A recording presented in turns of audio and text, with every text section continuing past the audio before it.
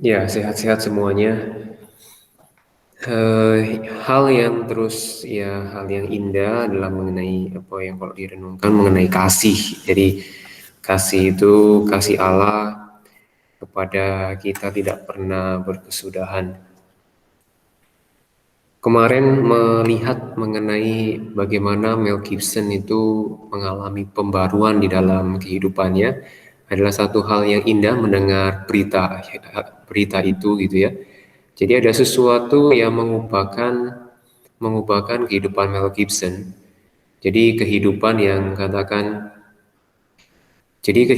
memang dialami adalah kehidupan yang menuju kehancuran, di mana dia mengalami celaka, dipukul, babak belur dan sebagainya, dan akhirnya sampai wajahnya sudah nggak bisa di apa ya, sudah nggak bisa diperbaiki pada waktu awalnya, begitu ya, pada waktu awalnya. Dan kemudian yang sungguh eh, orang saya juga hidup tanpa harapan itu adalah menghasilkan satu pressure dan itu adalah sangat-sangat berat. Dan Mel Gibson sendiri berniat untuk katakan mengakhiri hidupnya. Jadi hidup tanpa harapan, hidup tanpa kasih itu adalah sesuatu yang katakan wah sungguh membuat hati itu kosong, membuat hati itu tidak tidak merasa tidak dikasih itu sangat-sangat apa ya sangat-sangat nggak ada guna untuk hidup begitu. Tetapi ketika dia memutuskan katakan pergi dengan seseorang dan kemudian seseorang itu dalam suatu tempat dan kemudian akhirnya dia menyerahkan diri dan kemudian dia mau untuk katakan dibimbing mengenai kasih Tuhan. Nah, di situ mulailah ada perubahan demi perubahan demi perubahan. Jadi saya melihat bahwa kasih itu memberi harapan. Apalagi kasih Allah itu kalau ketika saya renungkan itu memberi harapan yang selalu baru dan dia selalu hal yang menyegarkan dan menguatkan hati saya. Jadi di sini tertulis perkataan love without power is weak. Jadi Allah itu benar-benar kasih dan juga penuh dan kuasa dan itu benar-benar sesuatu yang katakan bisa mengcover, dia berdaulat mengatur segalanya.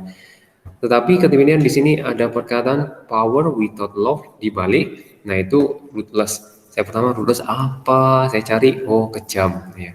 Jadi kekuasaan tanpa love ya sih kejam. Jadi seperti di beberapa negara yang menerapkan ini tanpa harus rules gitu ya, without love, nah itu kejam ya. Tetapi di sini bagaimana kasih itu, bagaimana saya memperoleh satu harapan terus menerus dan harapan itu terus bangkit, membangkitkan dan terus membangkitkan dan membakar dan memberikan suatu daya dorong adalah salah satunya ya oleh karena Allah sendiri. Dan menemukan bahwa Allah itu adalah sumber, saya berpikir Allah itu Allah yang luar biasa. Jadi minggu lalu begitu pikiran saya begitu tertekan ya. Jadi membuat ya namanya manusia itu hidup di alam pikiran dan ketika pikiran itu terisi dengan sesuatu yang namanya kekhawatiran itu wah sangat gak enak, sangat nggak enak. Jadi melakukan ini juga rasanya benar nggak ya saya perlu melakukan ini dan sebagainya. Jadi sesuatu penuh ketidakyakinan. Jadi kekhawatiran di dalam pikiran itu sangat ketika menguasai itu sangat melakukan ini yakin nggak ya dalam hati melakukannya juga dengan nggak apa maksudnya nggak kok yakin dan nggak yakin dan itu sangat tidak mengenakan. Tetapi ketika datang ke hadapan Tuhan kemudian diingatkan dan juga mendengar mengenai cerita Mel Gibson itu adalah hal yang menggugah, hal yang katakan memberikan harapan. Iya, Allah, Engkau adalah Allah yang penuh kasih dan kasih Allah itu selalu memberikan harapan-harapan baru buat saya dan buat setiap orang ya. Jadi Allah barang siapa tidak mengasihi ya tidak mengasihi Allah. Sebab Allah itu adalah kasih. Jadi sumber utama dan sumber yang katakan tidak pernah berubah bahwa kasih itu saya percaya bahwa kasih itu akhirnya percaya bahwa ketika ada seseorang mengasihi paling tidak dia mengecap sesuatu perbuatan Allah yang di dalam hidupnya walaupun dia hal apa ya, yang namanya kasih ini memang universal, dan ketika mengasihi di situ ada harapan, di situ ada harapan perubahan, di situ ada sesuatu yang memberikan warna, memberikan harapan yang utama yang saya temukan. Iya, harapan gitu ya. Oke, itu yang menyegarkan. Berdoa biarlah selalu kasih Allah itu selalu baru, memperbarui batin saya dan batin kalian, bahwa itu memberikan selalu harapan yang baru. Oke, nah hari ini kita akan membahas mengenai proses selanjutnya. Di sini ada yang masih belum masuk, silakan absen, untuk absen hadir. 4, 5, 6, 7, 8, 9, 10, 11, 12, oke, 13, 13 dan 15, RN dan Wiljo ya, oke. Oke, nah saya share screen dulu.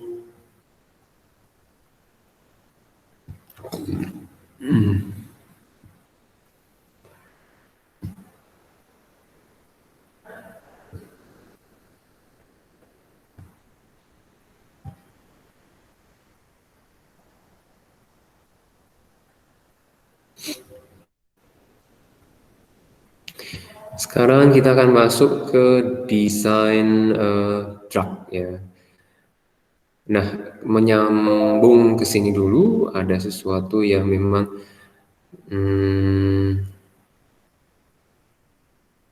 ada,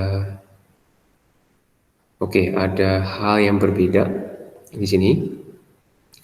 Oke, kita ulang.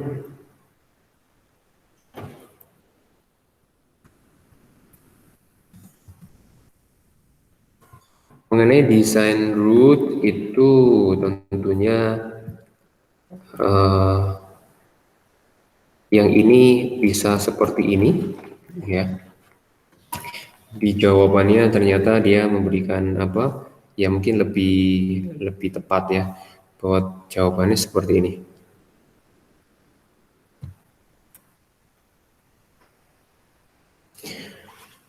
Oke, di sini kalau kita lihat berkaitan sama produknya, begitu ya, sama produk, ini adalah C, kemudian COOH, ya, oke, ini COOH, oke, udah masuk siapa lagi nih? Oke, seperti itu. FN yang belum ya. Berarti yang ini? FN izin Pak katanya. Oh iya, oke, thank you ya. Oke. Nah, di sini mengenai OH, nah hal yang akhirnya terjadi di sini, ini bisa mundur adalah tentunya dengan menggunakan CN ya, CN. Jadi mengetahui yang ini berasal dari CN. Kemudian untuk yang dari CN ini kita bisa pakai dari aldehid. Nah, jadi aldehid yaitu C kemudian O dan H. Ya, ini bisa. Jadi proses di sini adalah addition, gitu ya. Kemudian untuk menjadi aldehid ini masih lebih memungkinkan dari yang kemarin, gitu ya. Alasannya apa? Akan saya bahas. Di sini berasal dari CC ya, alkohol ya. Oke, ini alternatif lain yang ada di kuncinya itu memberikan persentase yang lebih besar ya dibandingkan yang kemarin. Nah, oke, yang kemarin itu berawal dari yang namanya CCOH dengan kemarin pakai Cl2, kemudian UV light. Nah, reaksi yang di sini itu adalah reaksi substitusi. tetapi kita tidak bisa substitution. Nah, tapi kita nggak bisa mengarahkan CL-nya itu mau masuk ke mana. Jadi apakah harus, kan ini kan ceritanya kan harus masuk ke daerah sisi di sini, begitu ya. Nah, itu yang diharapkan. Tetapi ketika menggunakan UV light, itu adalah memang persentasenya pasti akan menurun. Kenapa? Karena kita nggak bisa duga, karena kemungkinannya itu sangat banyak, karena bisa juga menempel ke Cl di sini, ini yang diharapkan, dan juga bisa menempel ke karbon yang satunya lagi. Nah, ini yang tidak diharapkan. Nah, jadi rute yang barusan atau yang ada di kunci itu memberikan persentase yang lebih besar untuk menghasilkan ini namanya namanya kok diberi nama berarti 2 hidroksi kemudian ini namanya propanoic acid gitu ya, 2 hidroksi propanoic acid gitu ya. Nah, sekarang kita masuk ke berikutnya. Oke, ada pertanyaan dulu nggak mengenai ini? Sambil saya juga nyiapin, saya mau buka lanjutin yang kemarin mengenai drug design.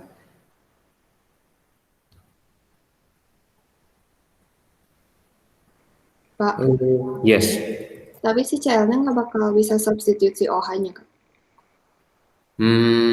Oke. Itu nggak bisa, karena karena di sini CL memang bergantung conditionnya. Nah, CL2, oke, kalau akan menghasilkan akan substitute HCOH itu adalah dalam bentuk HCl concentrated atau oke. Nah, kalau misalkan dia yang selama ini yang bisa kepakai itu HCl in organic solvent, SOCl2, PCl5 sama PCl3. Kebetulan untuk Cl2 sendiri memang yang mempengaruhi adalah kekuatan bondingnya, kekuatan bonding. Jadi kekuatan bonding yang ada antara C sama O dia terbilang strong, begitu ya, terbilang strong. Dan dia akhirnya susah untuk dia lepas karena tentunya karena O itu elektronegatifnya tinggi, jadi C sama O itu cukup dekat ya. Jadi perlu ada sesuatu yang lebih kuat dibandingkan OH-nya, kayak gitu ya, nukleofil yang lebih kuat itu yang diperlukan. Jadi ini terlalu strong dan kemudian terlalu pendek bond length-nya ya. Jadi bond length-nya bond length kira bond pakai G, bond length ya ini too short lah bilang. Nah, kalau yang ya itu dia berupa gas Cl2 dan kemudian menghasilkan radikal, dan radikalnya ini dia itu antara C dengan H dia masih ini masih lebih lemah ya, weak dibandingkan yang CO begitu. Jadi untuk yang apa yang saya ketahui seingat saya, jadi tidak ada kalau free radical itu akan menyebabkan perpotongan di C sama O karena dia masih terlalu pendek dan terlalu kuat kayak gitu. Oke, ada pemikiran lain lagi, Olive tadi ya? Nggak apa, udah makasih. Ya, oke. Nah, sekarang kita masuk ke dalam yang drug synthesis gitu ya, drug synthesis. Yes. Itu yang dari alkohol ke CN, boleh pakai HCN di textbook? Pakai HCN, kalau editionnya pakai HCN ya, dan menggunakan katalis. Nah, katalisnya itu adalah NaCN atau KCN. Jadi edition itu dia menggunakan HCN dan kemudian NaCN. Atau jadi utamanya adalah reagent ini ini katalisnya. Nah, ini ada informasi di textbook itu in situ. Jadi HCN itu fresh from the oven. Nah, untuk menciptakan fresh itu adalah menggunakan NaCN plus H2SO4. Jadi menggunakan reagen ini cukup mensuplai ini, gitu ya. Jadi NaCN-nya kurang lebih cukup banyak.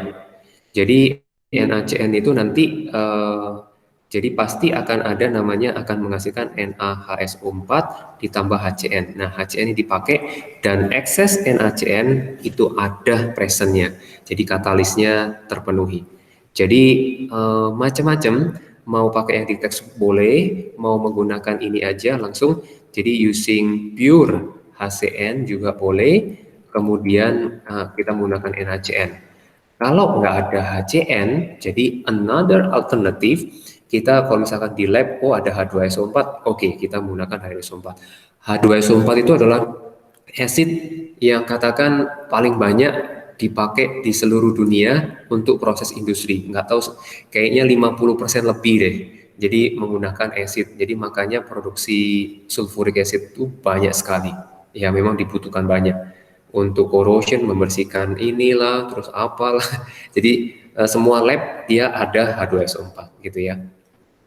Oke, ada pertanyaan lain lagi, Nat? Enggak seru dah. Ya, oke. Nah, di dalam untuk yang root,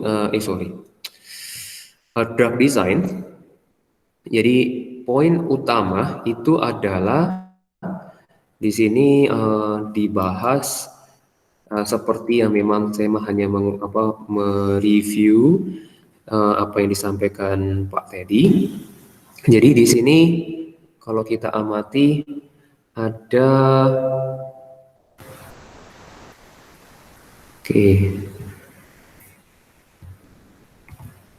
Nah, di sini tentunya karena memang Tuhan itu sudah menciptakan sesuatu yang memang molekul dan rasanya kalau ada sesuatu pasti ada obatnya sih sebenarnya ya.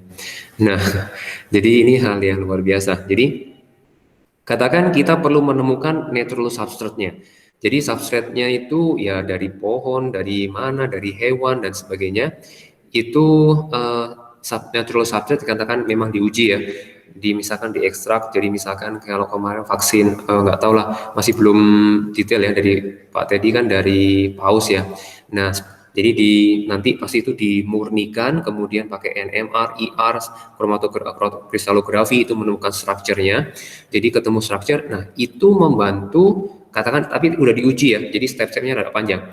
Jadi diuji, yang dari paus ini bisa punya khasiat tertentu. Makanya kemudian, nah struktur ini ditentukan dulu strukturnya seperti apa. Nah, kemudian itu adalah membantu kita mempercepat. Karena kalau enggak, wah, pasti keburu ini. Jadi ada jalur-jalur shortcut, ya mau nggak mau mendapat dari alam. Karena itu memang yang katakan bisa kita kelola. Nah, itu yang pertama. Jadi menemukan bahan dari alam yang katakan mempunyai khasiat tertentu. Nggak tahu tahun lalu di Kalimantan kan heboh, saya lupa tentang apa, penyakit apa. Nah, kemudian yang ini, yang kedua, jadi kemudian menemukan molekul structure yang katakan bisa menjadi bahan baku untuk pengembangan berikutnya. Jadi maksudnya untuk pengembangan berikutnya itu gimana? Contoh saya langsung di sini. Oke, jadi ada obat.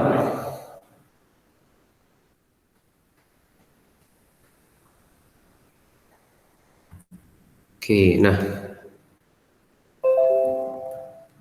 Jadi kurang lebih untuk hal ini, si salbutamol itu mempunyai efek obat ya, medicine. Nah, terhadap penyakit apa? Nah, perlu dilihat lagi. Nah, tetapi ini bahan baku dari alam itu ada ini dan juga ada ini. Jadi kurang lebih mana yang lebih gampang? Kalau melihat apakah ya nanti perlu dicek ya. Jadi perubahan dari sini ke sini mana yang lebih mudah gitu ya. Kalau melihat sekilas kok ini udah ada OH-nya, ini mirip. Jadi kalau kemiripannya banyak, yaitu jadi mempersingkat proses pengembangan untuk menjadi membuat targetnya itu salbutamol ya. Nah, jadi poinnya itu salbutamol. Nah, kemudian kalau di sini mah ada ketidaksamaan kan di sini. Ini tidak sama, ini enggak ada kan. Jadi kalau ini mah oke sama, memang enggak ada. Ya. Kemudian di sini bedanya adalah di sini. Di sini kalau pakai adrenalin, kemudian bedanya di sini. Yang lainnya sama. Begitu ya. Nah, jadinya ini salah satu drug design dengan dua cara ini. Pertama ya ada bahan alam yang udah pasti menjadi obat. Nah, kita ciptakan untuk skala besar. Nah, jadi ini yang skala besar yang di sini. Kemudian untuk yang di sini, nah tentunya ini rada perlu kan soalnya perlu makhluk hidup ya. Jadi perlu dari tanaman, dari tumbuhan atau apa. Nah, ini dari plant, dari intinya dari living things. Nah, ini kan terbatas nih. Jadi perlu perlu pengembangbiakan di dalam proses ini diperbanyak untuk scale up, untuk katakan dia diperbanyak. Baru kemudian ada development untuk menjadi medicine gitu ya. Jadi inilah yang kurang lebih secara dua garis besar yang dilakukan yang ada di research seperti itu ya. Nah, konsepnya sederhana, tetapi prakteknya wow, itu bisa berkali-kali dan memang butuh repetition. Nah, yang poin berikutnya, hal yang unik itu ya. Nah, yang mengenai ini itu adalah satu, ini coba hitung ada berapa karbon kiral ya untuk berkaitan sama salbutamol. Coba hitung ada berapa kiral salbutamol. Kalau yang kemarin itu Taxol ya, yang Pak Teddy infokan Taxol. Nah, obat itu ya inilah sangat berkembang tentunya karena memang penyakit juga berkembang ya. Diketahui makin banyak variasinya.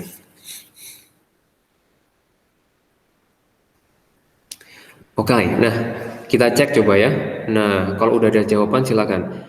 Yang di sini C kan kiral itu pasti karbon ya. Ini karbon, ini bukan ya karena H-nya ada 2.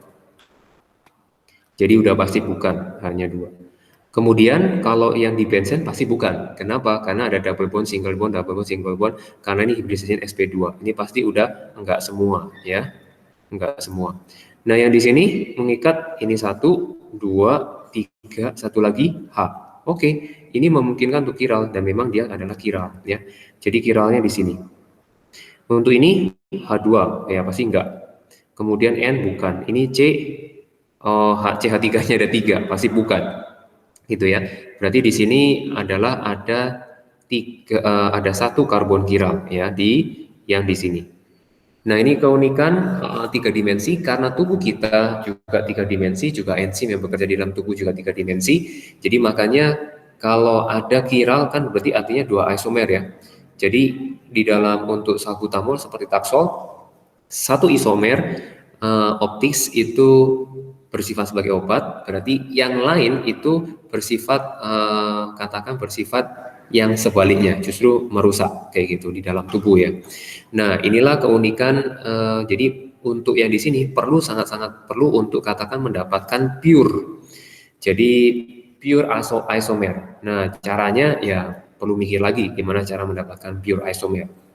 Nah, jadinya makanya untuk mendapatkan pure itu tentu biayanya mahal. Maka dari itu makanya nggak heran kalau obat-obat itu perlu purification dan disitulah letaknya prosesnya yang mahal.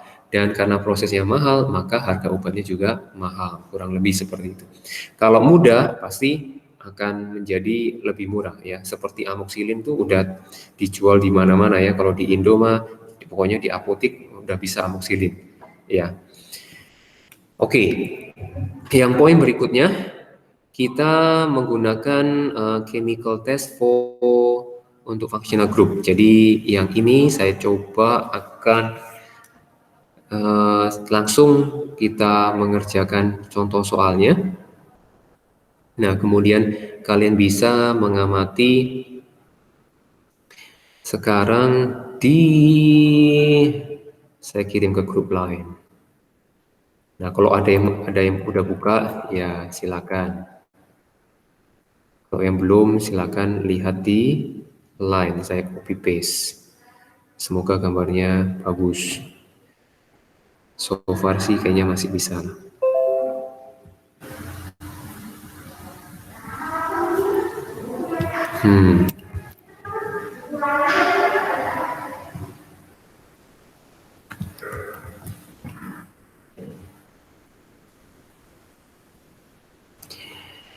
Oke, kemudian saya ambil contohnya.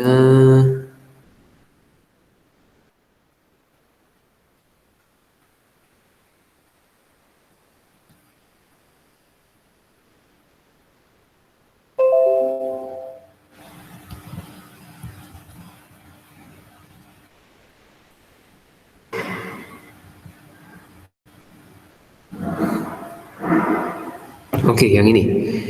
Jadi kita lihat, kalian lihat di line gitu ya. Nah, mengenai functional group. Nah, sekarang suggest gitu ya, jadi suggest structure gitu ya. Nah, kira-kira yang 1A. Jadi compound dia physis when katakan dia itu edit Na2CO3. Artinya kan mau nggak mau, artinya apa di situ ya?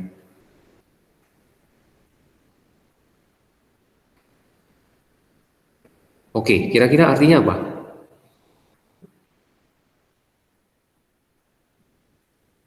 Yang udah kepikiran langsung aja on kan si audionya supaya TikToknya lebih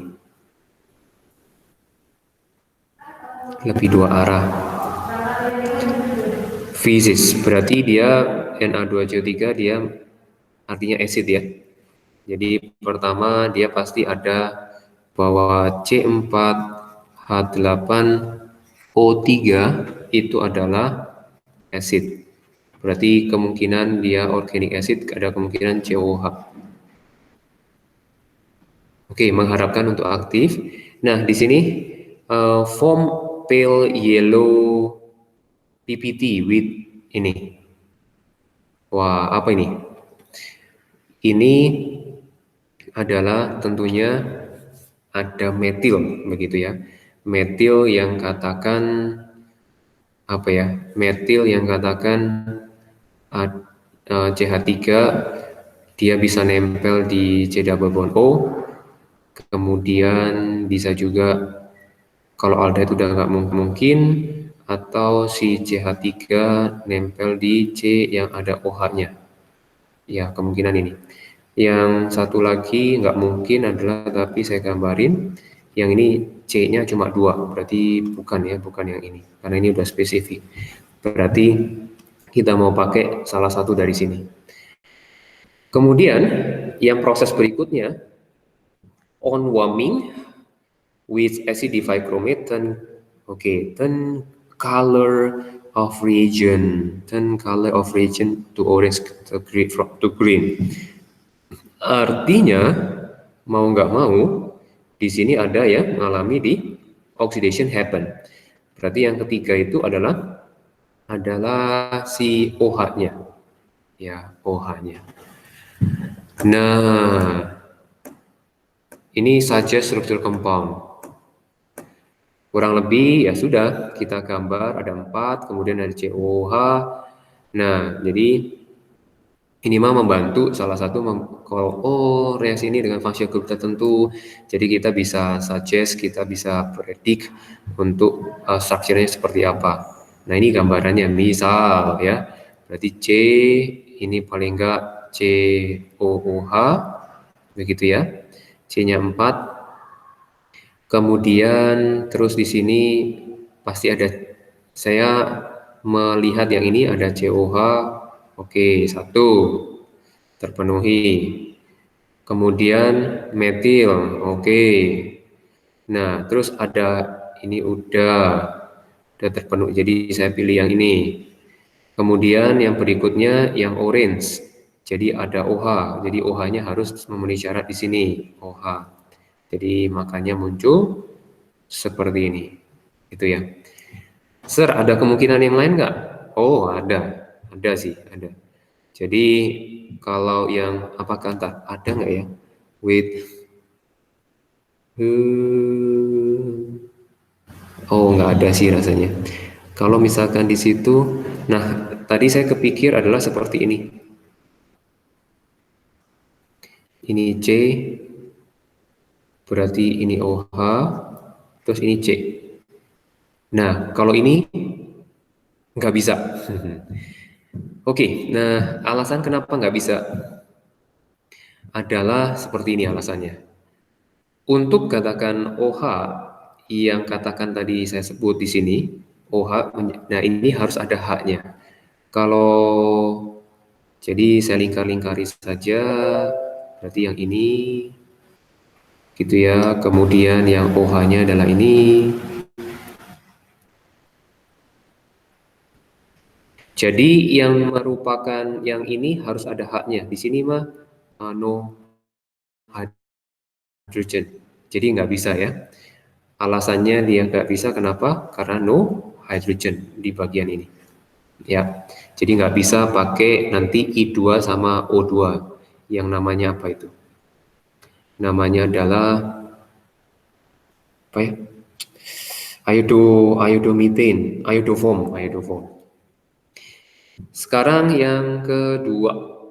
Coba yang kedua. Pak, itu teh kenapa pilihnya alkohol sih? Yang ketonnya kenapa nggak dipilih? Karena kalau milih ketun nanti milih ketun akibatnya apa si warming acidified dichromate nggak terpenuhi nanti. Karena ketun sama oxidizing agent itu acidified dichromate dia itu nggak bereaksi nanti kayak kalau ketun ya. Tapi kalau dengan alkohol dia bisa bereaksi. Oh Jadi iya. oleh karena sebab itu kita oke, sip. Nah, terlihat jadinya ya. Oke. Nah, sekarang yang kedua.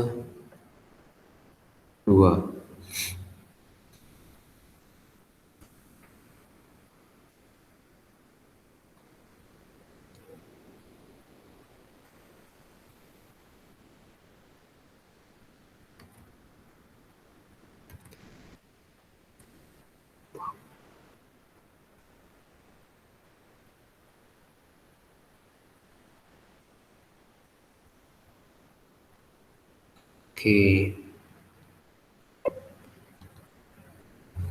Kita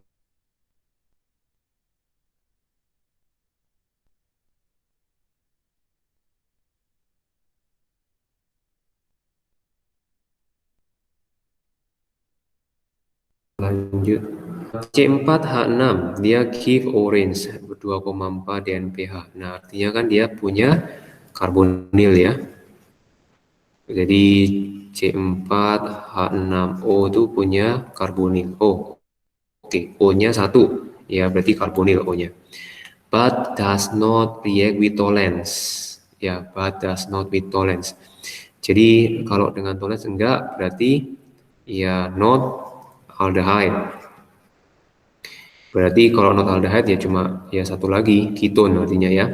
Oke, nah kemudian it decolorize KMNO4. Wah, kok bisa decolorize ya? Padahal bukan aldehyde. Nah, yang lain yang memungkinkan untuk bisa mengalami decolorize itu adalah dia punya yang namanya tentunya punya double bond, gitu ya. Oke, ada yang namanya alkin. Oke, jadi memenuhi 3 syarat ini. Berarti kalau kita buat pasti ya kita buat aja dulu yang memenuhi, nanti kita pindah-pindah. Nah, memang langkahnya begitu. Ini adalah bukan aldehyde, ini sudah, ini sudah, terus ada alkin lagi. Nah, alkinnya gimana? Kalau di sini udah nggak mungkin, ya. Jadi mau nggak mau alkinnya harus ada di ujung, begitu ya. Nah, udah selesai. Ini juga terpenuhi. Yap. Oke, kalau ada pertanyaan silakan. Nah, kemudian yang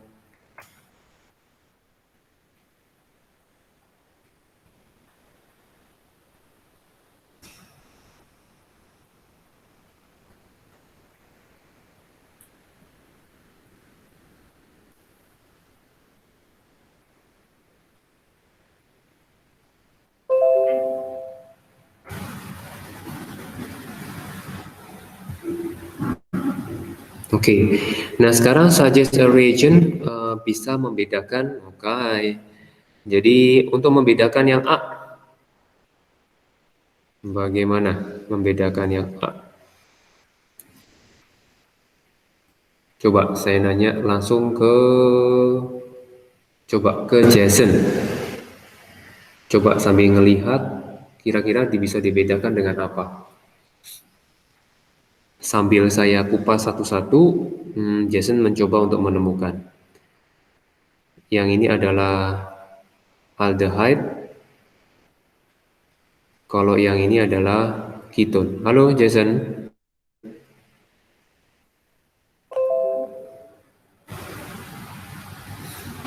Halo Jason. Yo, Pak. Oke. Nah, videonya dinyalakan, langsung di on audio out video.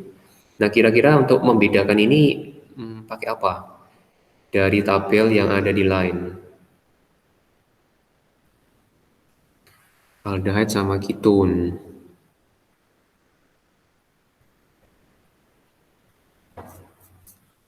Videonya dinyalakan sama audionya, Jason.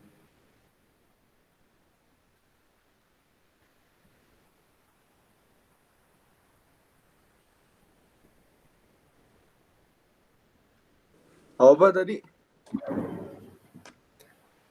Oke, yang ini untuk membedakan antara aldehyde dan ketone.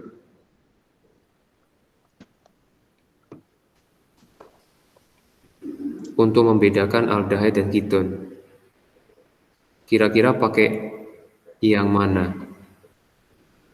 Tolen sama Pelling. Iya, betul. Oke, thank you. Berarti kita menggunakan Tollens dan Pelling.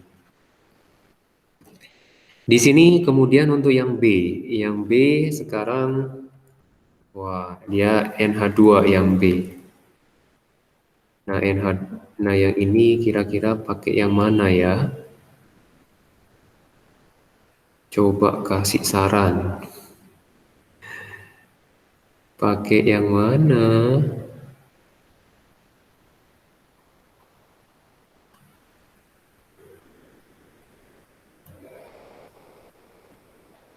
Pakai yang mana coba? Coba kira-kira coba Nadia. Kira-kira pakai yang mana? Nah ini berkaitan sama benzen. Saya kupas satu-satu. Ini ada benzen. Ini ada benzen.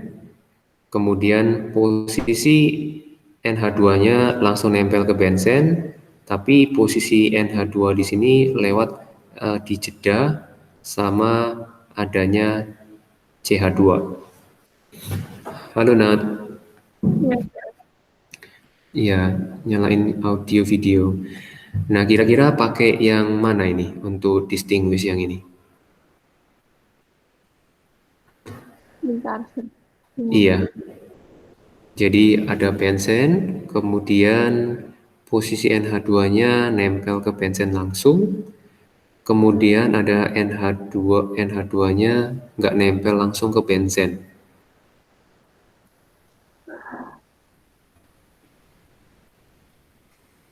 Ups.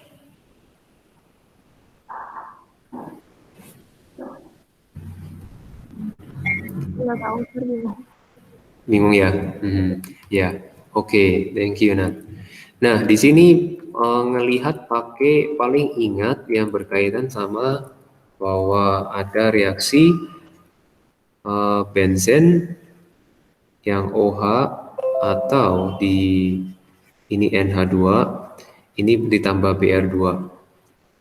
Nah, ditambah Br2 itu akan menjadi sesuatu yang katakan muncul white PPT gitu ya. Jadi kita menggunakan Br2, observasinya kalau yang ini white PPT, kalau yang ini adalah no reaction gitu ya. Oke, sekarang yang C. Yang C, oke, terhadap COCl2. Nah, ini COCl2 pakai apa ya? COCl2. Sir, itu yang OH teh dari mana? OH, kalau NH2, OH-nya itu ngasih apa ya? Yang menghasilkan YPT lagi itu kalau fenol. Jadi amina benzen atau alkohol benzen. Oh ini namanya fenol, ini namanya fenilamina. Jadi ini mengingatkan bahwa kedua ini menghasilkan observasi yang sama. Dia YPPT. Oh, ya, oke. Iya. Ya. Sir, Yes. yang B yang kanan kenapa nggak bisa pakai BR2?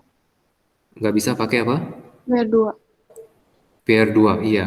Karena begini, untuk posisi si VNH2-nya, dia NH2 itu punya lone pair di sini.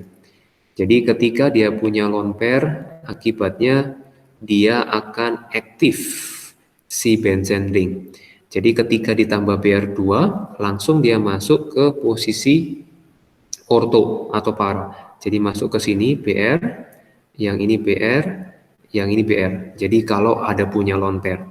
Berhubung yang ini CH2 yang nempel ke benzen dia nggak punya lone pair, jadi dia tidak membuat benzen ringnya menjadi aktif. Ketika tidak menjadi aktif, maka dia nggak cukup aktif untuk katakan bereaksi sama si BR-nya. Kalau yang ini benzen ringnya yang kiri, benzen ringnya itu activated by lone pair yang ada di atom N, kayak gitu. Jadi N-nya itu membuat jadi lebih reaktif, makanya dia bisa bereaksi. Sedangkan yang itu CH2 nggak punya lone pair, dia nggak bisa activate, ya akhirnya dia nggak bisa bereaksi. Kayak gitu. Ada terpikir lain lagi, Nat? Tapi kalau benzen ring tanpa apa-apa bisa reaksi sama BR kan? Bisa, tapi perlu bantuan katalis. Jadi kalau benzen biasa, dia menggunakan reaksi sama BR2, tapi dia menggunakan AlBr3. Jadi harus ada katalis. Kalau dalam hal ini, dia nggak perlu katalis, jadi prosesnya sedikit berbeda karena cincin benzennya tambah reaktif. Oke, ada kepikiran lagi, Nat? Ya udah, Sir. Ya, oke. Nah, sekarang C. Untuk yang C-nya di sini kita melihat bahwa si CL ya, ROCL gimana caranya ya? Ada di situ ya. Nah, jadi ini kalau kita ini asil kalau ini bukan asil ya, yang di kiri itu asil. Jadi asil itu reaktif. Nah, ininya bisa potong kalau dia ditambahin H2O aja. Nah, ketika terjadi H2O, maka akan muncul yang namanya acid, yang ininya jadi COOH, saya gambarin aja. Nah, ini jadi COOH, kemudian yang ini tambah HCl. Nah, HCl ini adalah fumes. Gitu ya, fumes.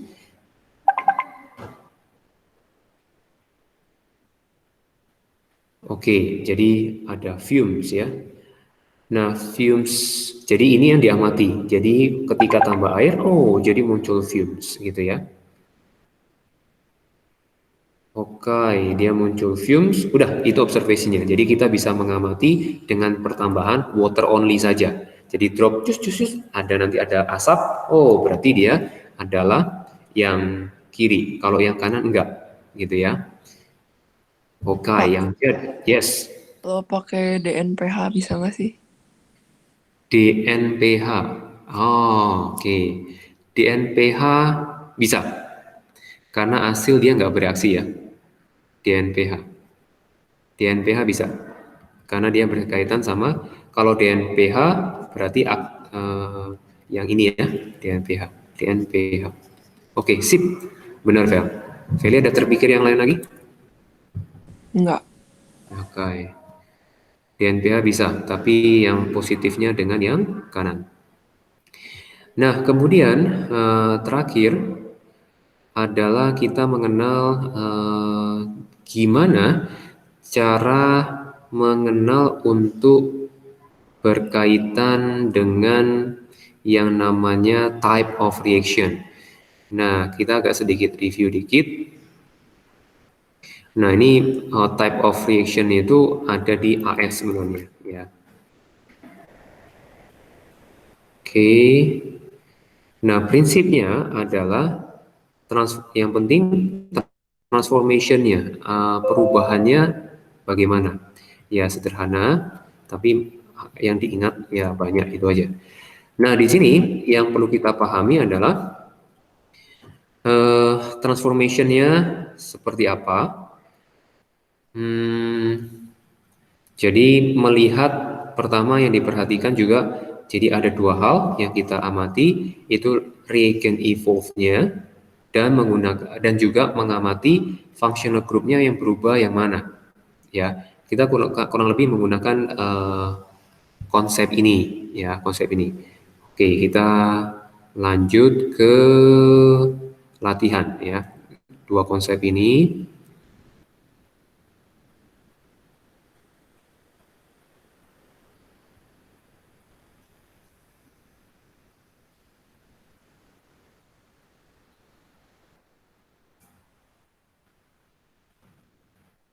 Oke, wait.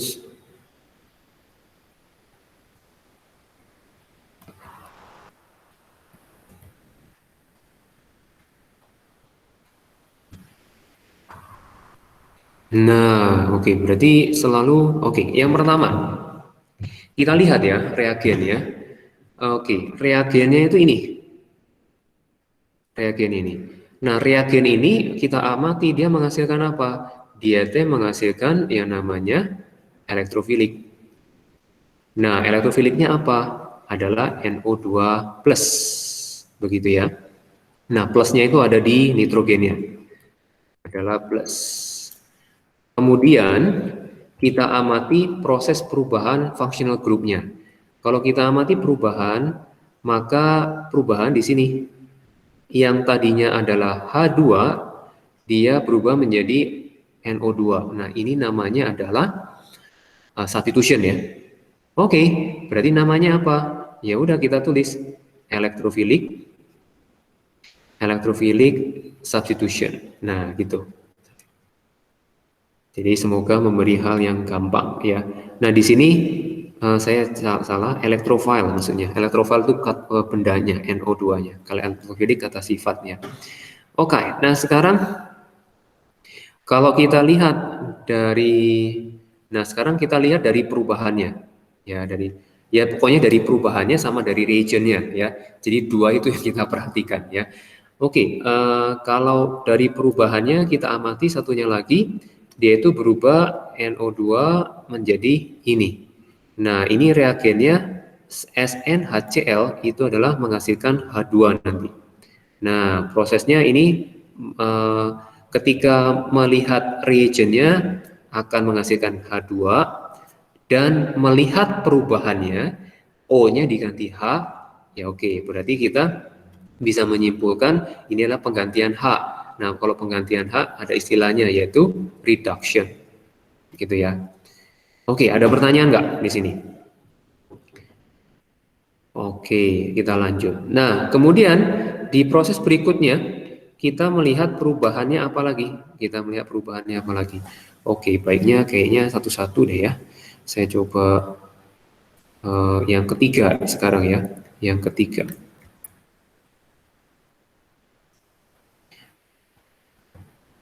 Oke, yang ketiga, Oke, mohon ganti. Oke, yang ketiga. Oke, yang ketiga. Nah, yang ketiga ini kita lihat proses perubahannya. Oke, yang ini gitu ya, dari ini. Nah, kemudian reagennya adalah ini. Nah, sekarang ini teh kayak terjadi semacam kayak yang pasti yang terjadi adalah yang terjadi adalah substitution ya, yang terjadi. Substitutionnya apa? Substitutionnya yang kita lihat apa dong? Yang kita lihat adalah H-nya di sini jadi 1, ini dari 2. Artinya 1 dilepas, kemudian 1 diganti. Nah, digantinya adalah dengan yang ini kan, CO, CH3CO. Berarti kalau kita ngamati, ini adalah NH dengan H, ini adalah Cl, CO, CH3. Ini akan berubah menjadi gambarannya NH, CO, CH3. Jadi kalau kita amati berarti yang dilepas ya, dilepas adalah ini dilepas.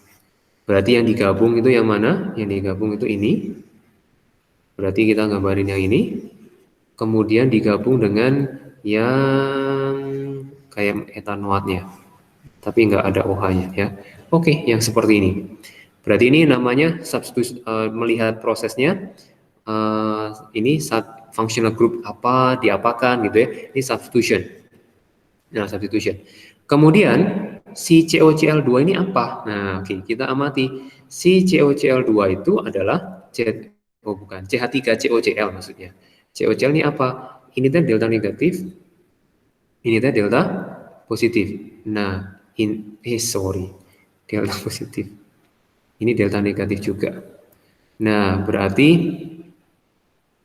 reagennya itu adalah ininya berarti delta positif. Ya, berarti ngelihat reagennya.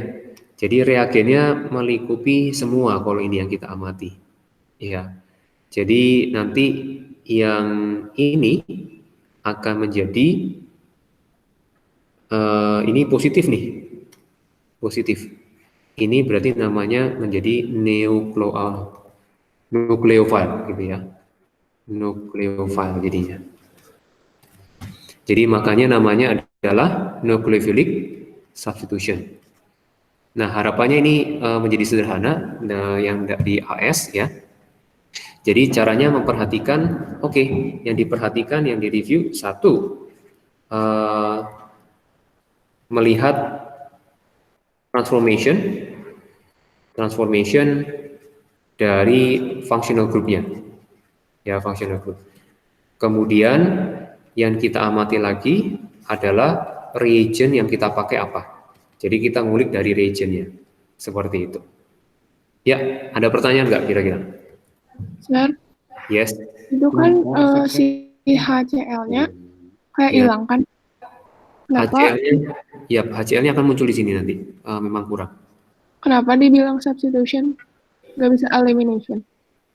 Kalau elimination nanti, kalau elimination yang sering terjadi adalah contoh seperti ini. Ini OH, jadi CC ini double bond, ininya misalkan H2O. Berarti dari 1 menjadi 2. Kalau yang ini posisinya 2 substance menjadi 2 substance. Terlihat nggak? Iya. Jadi kebayang ya? Oke, jadi kalau misalkan elimination, oke, good question.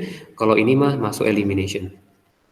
Jadi elimination itu dari 1 function groupnya dibuang. Jadi nanti terpecah di resultnya ada dua compound gitu ya. Berarti Oke. elimination harus dari single bond terus jadi double bond gitu. Iya, that's right. Itu yang kita amati. Very good. Oke. Iya. Terpikir yang lain lagi, silakan. Oke, nah kemudian saya infokan untuk remedial teaching besok. Nah, nanti kita atur waktu di grup ya. Mungkin apakah jam 2, setengah jam only aja. Jadi tonton videonya, kemudian tonton video, kemudian nanti remedial teaching sifatnya hanya discuss apa yang ditanyakan, ya. Oke, kalau nggak ada pertanyaan lagi, sampai di sini dulu. Saya mau ini prepare 5 menit untuk di kelas berikutnya. Ini ada kuis 1 jam. Oke, silakan absen. See you next week ya. Yang remedial teaching, see you tomorrow. Oke, bye-bye. Sehat selalu. God bless.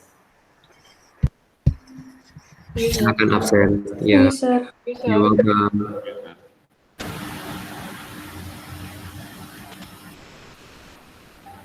Terus, Yes. mau nanya dong sekali, jadi teh sih yang kalau lihat nukleofiliknya teh dari si benzennya. Nukleofiliknya, ya benar, dari NH2-nya. Jadi bukan dari si Si hasilnya bukan. bukan. Oke, Ya. thank you sir. Ya, you're welcome. Oke, silakan absen dan bisa live. Absen di chat, jangan lupa.